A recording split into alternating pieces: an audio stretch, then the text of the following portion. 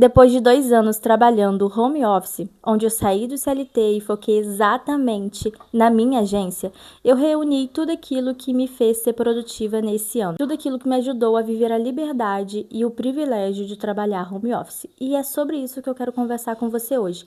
Então pega papel e caneta, o seu celular, seja o que for, e anote tudo isso que eu vou te passar, porque essas pequenas atitudes, por menores que sejam e mais simples que sejam, ela traz muito mais leveza, liberdade e concentração no nosso trabalho. Bom, e durante esses 2 anos trabalhando em home office e estudando muito sobre o assunto, sobre produtividade, rotina, performance, eu percebi que muita gente, e eu me incluo nisso no início, não conseguia exatamente ser produtiva em home office por conta de, neurologicamente, o nosso cérebro precisa de pistas claras para entrar em modo trabalho. E foi essas pistas que me ajudaram a, nesse último ano, realmente entender e viver o meu trabalho com mais leveza, entendendo o que era momento de trabalho e o que era momento de lazer. Buscando a melhor maneira para eu viver o meu home office, e os estudos revelaram que o nosso córtex pré-frontal, que é responsável pelo foco e pela tomada de decisão, fica sobrecarregado sem essas pistas. E quando ele cansa, a gente dispersa, a gente procrastina, porque ele entra no modo de fugir. E o bom é que a gente consegue, com essas pistas claras, determinar para ele o que é o nosso momento de trabalho, mesmo estando dentro do conforto da nossa casa. Se dá conta porque a neurociência nos comprova que a gente consegue ensinar o nosso cérebro o que ele precisar aprender. E nesse caso, a como, de fato fazer essa divisão entre lazer e trabalho, mesmo ficando dentro de casa. E sem mais delongas, vamos então para as coisas que eu fiz e que deu certo por aqui. Nosso cérebro ama constância, ou seja, tudo aquilo que você faz do mesmo jeitinho, o mesmo ambiente de trabalho, a mesma cadeira, o mesmo ritual, ele ama isso, essa previsibilidade. E é com isso que você consegue manter o caos longe de ti. Então, quando você se compromete a todo fim de trabalho, você deixar a sua mesa pronta para o dia seguinte, isso facilita porque você não vai gastar energia, na manhã seguinte, arrumando toda a tua mesa para aí sim começar a trabalhar. Quando você deixa ela pronta no dia anterior, você só precisa começar a executar as suas demandas daquele dia.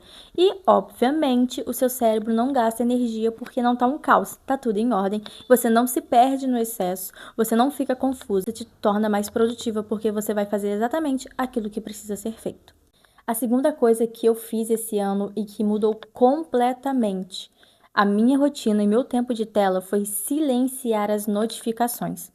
No meu trabalho, a única coisa que eu preciso para ter contato com os meus clientes e as minhas alunas é o WhatsApp.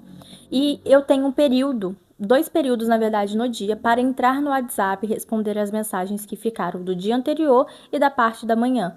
Então, eu determinei, além desses 2 horários, um limite, que eu fico desses horários para responder. E eu silenciei todas as notificações do meu celular. WhatsApp, telefone, redes sociais, exceto o meu marido. Nas configurações eu consigo não silenciar ele, então sempre que ele entra em contato eu recebo a notificação, mas isso não me atrapalha porque eu sei que é alguma mensagem eventual.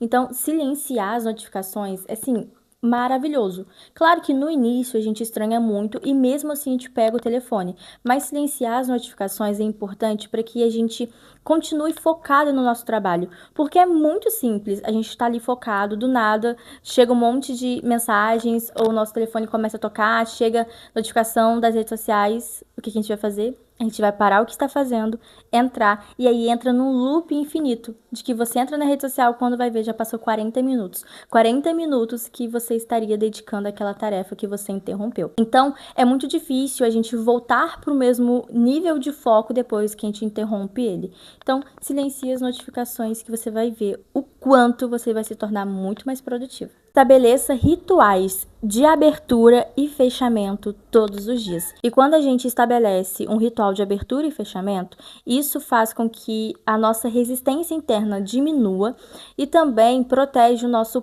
córtex pré-frontal e ainda poupa nossa energia cerebral. Ou seja, só tem benefício.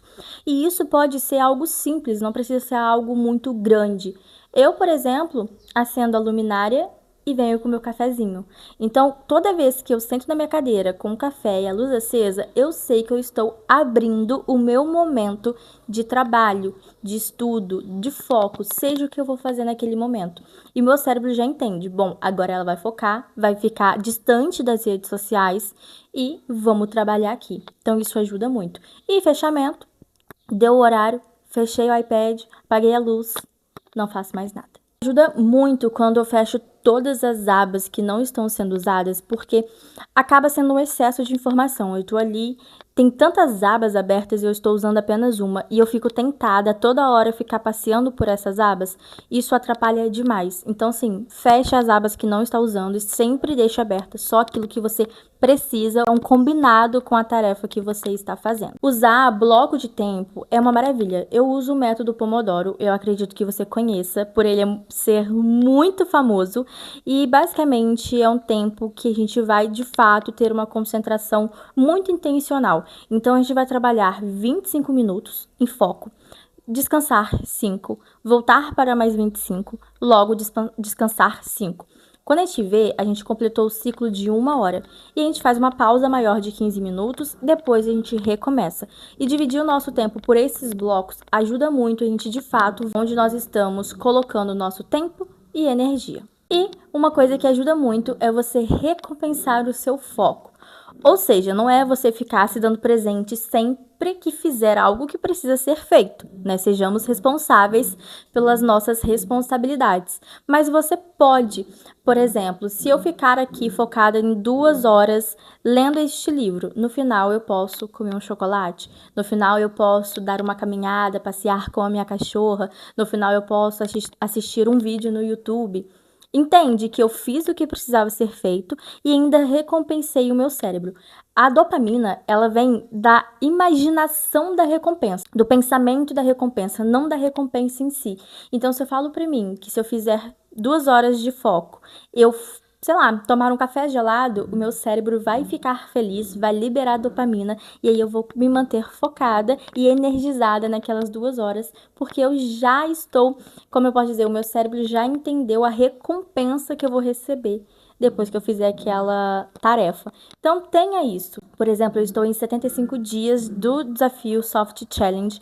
Então, no final desses 75 dias, se eu conseguir concluir tudo aquilo que eu me propus, eu posso me dar um presente. Seja um equipamento novo, seja uma roupa nova, seja o que for.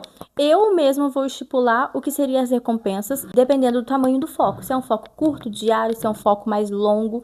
E aí, o nosso cérebro libera dopamina. Dopamina que, de fato, é boa para nós e não a dopamina barata das redes sociais. E, por fim, uma coisa que ajuda muito e que, assim, ninguém diz ao contrário, é você se arrumar minimamente para trabalhar. Então, levantou, vai começar o seu expediente, tire o pijama. O pijama ali, ele vai falar pro teu cérebro que você ainda está em modo de sono, que você vai voltar para a cama a qualquer momento e dormir. Então, tome um banho, faça uma maquiagem leve, arruma o cabelo, bote uma roupa confortável. Ninguém tá falando para você ficar toda formal dentro de casa, mas coloque uma roupa confortável, qualquer coisa que não seja o pijama. Isso vai ajudar o teu cérebro a entender que já acabou a hora de dormir, que agora você vai começar o seu dia. E óbvio, se expõe à luz solar, que isso ajuda muito. Bom, foram essas ações que fizeram o meu ano de 2025 ser mais produtivo e eu conseguir alcançar objetivos que eu desenhei lá no início do ano.